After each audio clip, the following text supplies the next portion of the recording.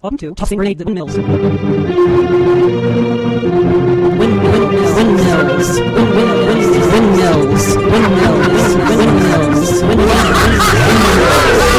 Windmills.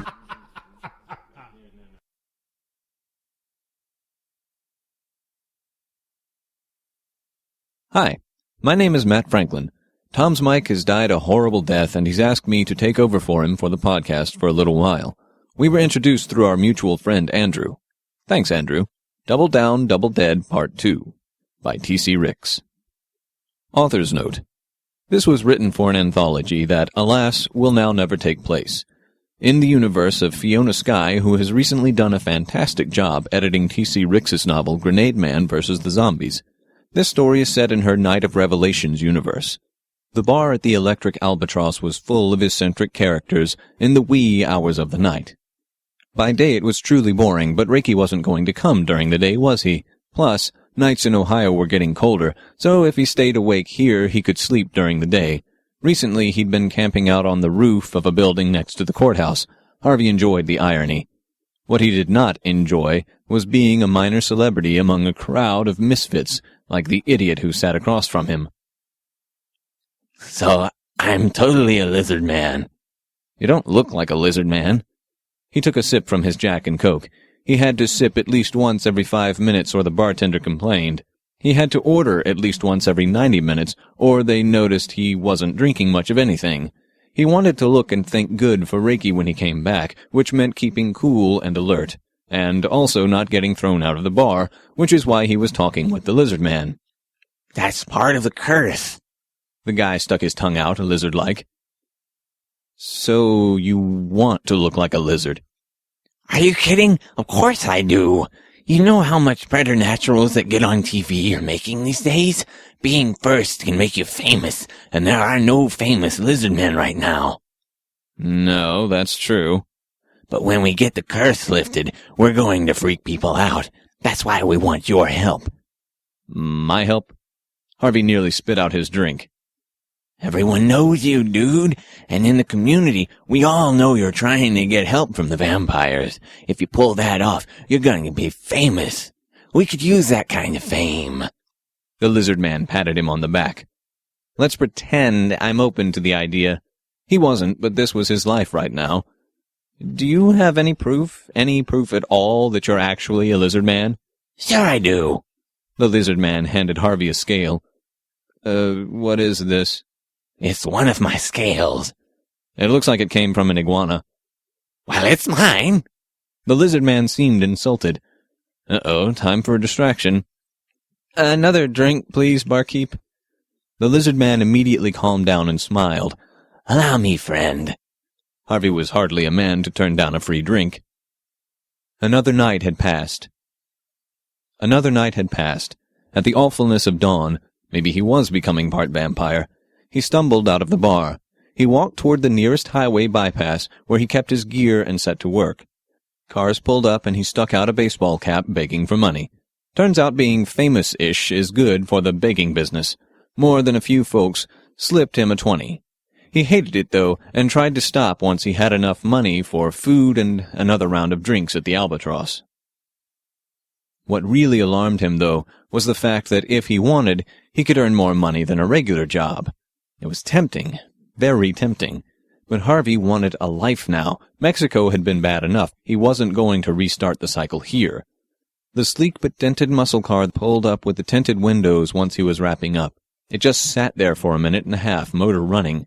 The light changed 3 times, other cars honking behind it while it blocked traffic. Harvey had a chill down his spine. He picked up his stuff and left. Did you know that lizard men have psychic powers? Harvey was glad he had more funds than usual that night. The lizard man had lost all his money and wasn't paying for drinks. I did not. Harvey sipped his Jack and Coke. The lizard man nodded and patted Harvey on the back. Like, I sense the fact that you wish I had not lost all my money on a bet. There was much grinning. Harvey kept a mostly straight face, no good way to answer that question. He pointed to 3 dudes dressed all in black and leather. Whispering quietly, he asked, "What kind of a read do you get on those guys?" Trouble. That stands for P, and that stands for pool. What? Crestfallen, the lizard man excused himself to go to the bathroom. Have you no musical education whatsoever, man? Have you no soul? Hey, I'm the one applying to be a vampire. Touché. With the lizard gone, Harvey was left alone at the bar with the bartender, who made a point of ignoring him unless Harvey was paying for a drink. With cash. He looked back through the mirror at the thugs. They weren't quite bikers, and they weren't really gang-like. They looked like they had enough scars that they'd been in a lot of fights, but he saw no identifying tattoos. Who were they? And why did they keep looking at him? Finally, the lizard man came back, but Harvey was in no mood to talk. The lizard man's telepathy must have been working because he kept his mouth shut. Eventually, he went home. The whole night passed like that. Then the sun rose. Harvey was all prepared to engage in his regular routine when he noticed the three guys from the bar get up at the same time he did. They got into the car that made him so uncomfortable before. That was too much of a coincidence for Harvey. He went right back into the bar while the muscle car just sat there.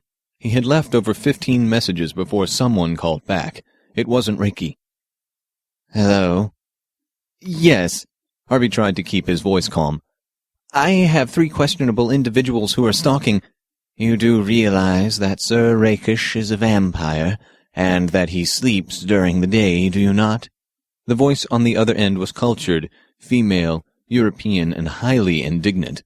Well, of course, but...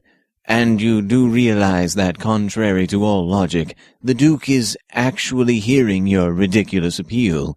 Of course, and I appreciate that, but... Do not call here during the day again. But the 3 guys...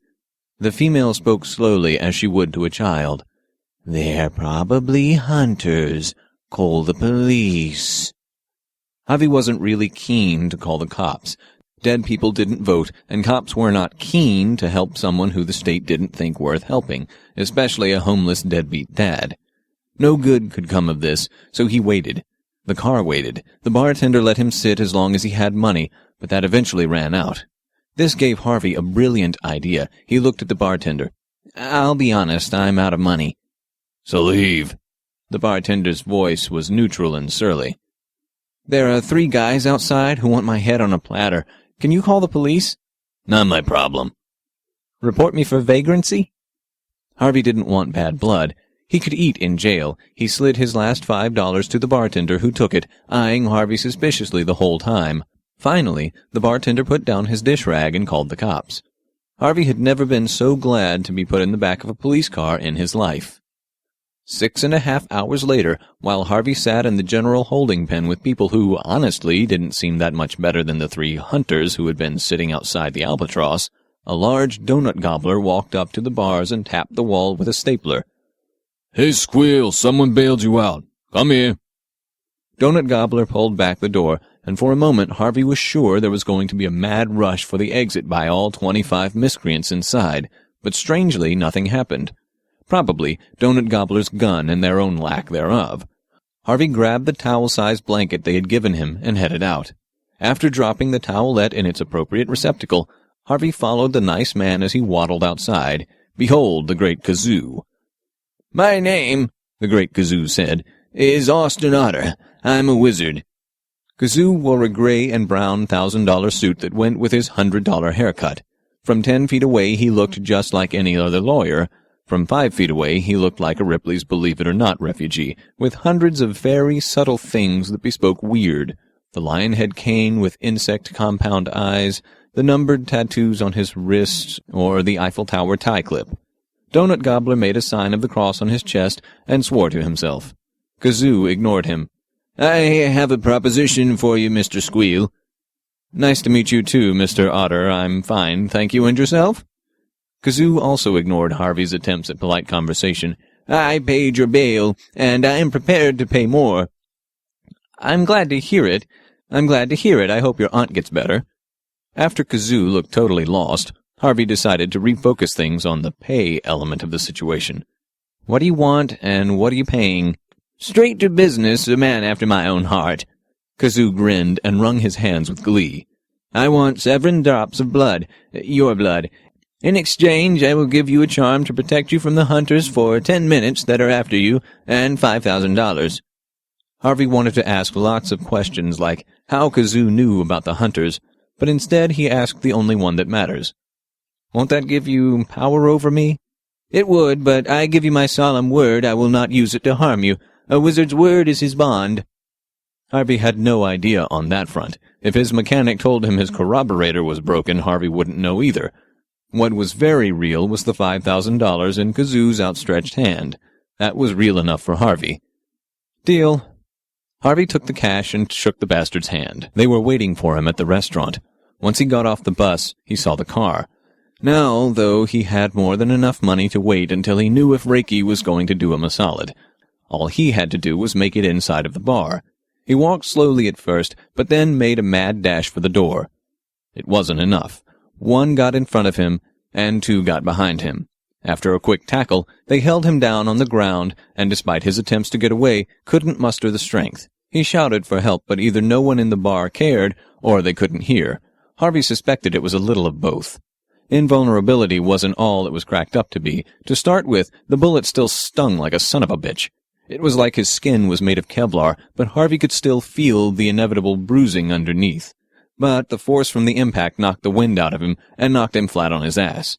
Worse, the lack of blood made the hunters think he really was a vampire, so they kept trying to impale him with stakes. 10 minutes didn't turn out to be long enough, not nearly. One of the stakes got a splinter on his face right before the hunters plunged it through his heart. "Wait!" The sight of the blood plus the plea was enough to get them to stop.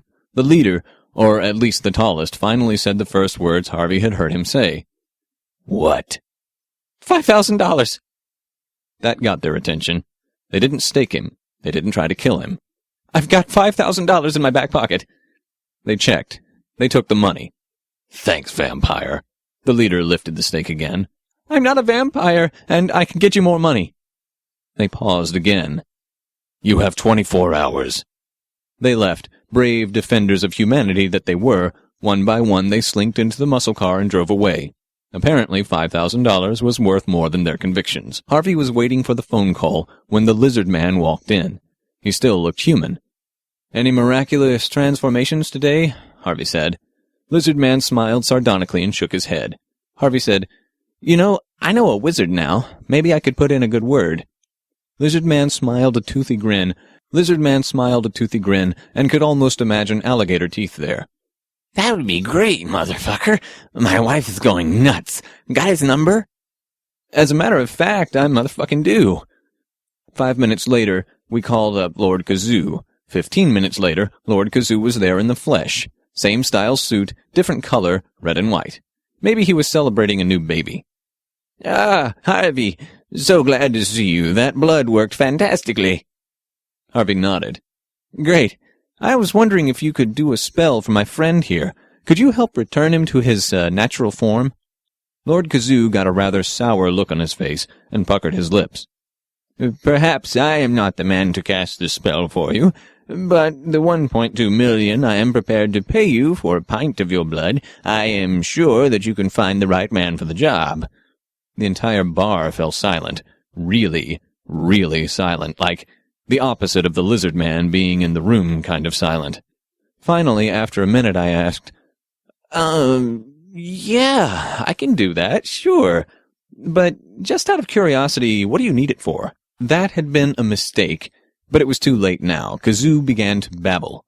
"I'm glad you asked. You see, the sympathetic link between yourself and a weapon that I forge with your blood is absolutely deadly to living or dead alike, but due to the difficulty in true weapons of quality steel that affects the undead, the material components of your blood are such that it causes an immediate thaumaturgical toxic reaction in necromantically animated flesh, far beyond that of fire or true holy objects or even blue auriculum, since you are both alive in the biological sense and dead by decree of the state. The spell schema normally calls for a man thought dead, but not only are you dead, you're declared so by the state. The king and the land shall be as shown in Le Morte d'Arthur. They got that one right. Which, in turn, means that, whoa. My blood is letting you make, super weapons? Yes. Harvey sighed. Curse his luck. He looked at Lizard. Lizard nodded understandingly. Turning back to Kazoo, Harvey said, "No dice, Doc. Excuse me? I am out of the blood market. I don't want my blood on my hands. It wasn't the most sophisticated metaphor, but it would do. For a second, the room smelled of ozone. Kazoo's nostrils flared and his eyes widened. His lips pursed, and number-dotted hands cracked and bent at the bone. And then he shrugged. Your loss. The blood must be willing or not at all. You could have been rich. And just like that, Kazoo walked out of the bar. The bartender looked at Harvey like he was an idiot. Lizard patted him on the back and smiled. Hey, man, I think you made the right decision. The next day, Reiki finally visited the Albatross. He didn't stay any longer than he had to, handing a document to Harvey.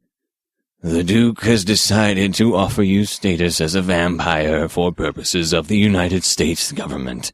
You have no standing in vampire society. You would do well to learn our laws, and he will vouch for you with no one else, but you can get your citizenship. Beaming, Harvey nodded. Any other restrictions? Stop calling us. Can do, thank you, I mean it. No clever retort came. Reiki just walked out, black cloak fluttering in a wind that no one else in the bar could see. Review written on Amazon.com for Plight of the Lizard People. I have read this book and highly endorse it. While I can neither confirm nor deny the claims made in the book are actual, Lizard got me through a very dark time and bought me drinks when I needed them. He's an honest sort and a swell guy. Now that I'm a minor celebrity as the world's only living vampire, I return the favor. I cannot endorse this book enough. Harvey Squeal, Vampire at Large.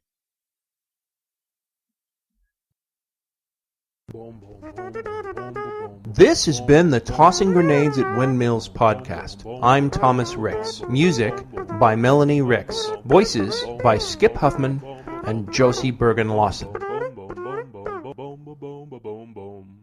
Copyright 2012, Red Anvil Amalgamated. To fight the forces of evil!